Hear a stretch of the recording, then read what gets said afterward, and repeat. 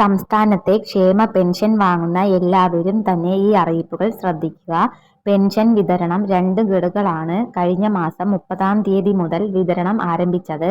ഇനി pension April മാസം ഉണ്ടായിരിക്കുന്നതല്ല എന്നുള്ള കാര്യം പ്രത്യേകം ശ്രദ്ധിക്കുക. മാർച്ച് മാസം 2 ഗഡുക്കളാണ് ലഭിച്ചിരുന്നത്. എന്നാൽ ഏപ്രിൽ മാസ തുക പിന്നീട് ലഭിക്കുന്നതുമല്ല. ഈസ്റ്റർ, വിഷു ഒക്കെ പ്രമാണിച്ചാണ് ഏപ്രിൽ മാസം നൽകേണ്ടതായിട്ടുള്ള തുക മുൻകൂറായിട്ട് സർക്കാർ നൽകിയത്. അതുകൊണ്ട് തന്നെ ഇനി മെയ് മാസം തൊട്ടേ വിതരണം ഉണ്ടാവുകയുള്ളൂ. നിലവിൽ ഈ ഒരു പെൻഷനുമായി ബന്ധപ്പെട്ട് മറ്റ് രേഖാസമർപ്പണങ്ങൾ ഒന്നും തന്നെ ഈ സമയത്ത് ഇല്ല. അത് പ്രത്യേകമായിട്ട് ശ്രദ്ധിക്കുക. നിലവിൽ ഇപ്പോൾ സാമ്പത്തിക വർഷം ആരംഭിച്ചു എങ്കിലും ഉടൻ തന്നെ മസ്റ്ററിംഗ് ഉണ്ടായിരിക്കുന്നതുമല്ല.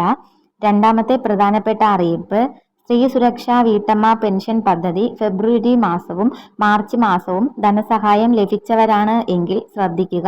ഏപ്രിൽ മാസത്തെ വിതരണം ഈ ഒരു ആഴ്ചയോടെ തന്നെ ഉണ്ടാവും. 31 ലക്ഷത്തോളം വരുന്ന ഗുണഭോക്താക്കൾക്ക് വേണ്ടി സർക്കാർ ആരംഭിച്ച പദ്ധതി. ഇതിൽ 18 ലക്ഷം പേരാണ് അപേക്ഷ വച്ചിട്ടുള്ളത്. അതിൽ 81,000 അപേക്ഷകൾ മടങ്ങിയിട്ടുണ്ട്.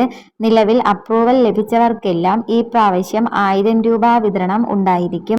ആദ്യമായിട്ട് ഇൻസ്റ്റാൾമെന്റ് ലഭിക്കുന്നവരും ഇതിലുണ്ട്. അതായത് ഏറ്റവും ഒടുവിലൊക്കെ അപേക്ഷ വെച്ചവരുമുണ്ട്. ഇനി ഇതുമാത്രമല്ല, അപേക്ഷ വയ്ക്കുവാനുള്ള സമയപരിധി അവസാനിച്ചിട്ടുമില്ല. 35 വയസ്സിനും 60 വയസ്സിനും ഇടയിലുള്ള BPL, APL റേഷൻ കാർഡ് ഉള്ളവർക്കാണ് ഇത്തരത്തിലുള്ള അപേക്ഷ വയ്ക്കാൻ സാധിക്കുന്നത്.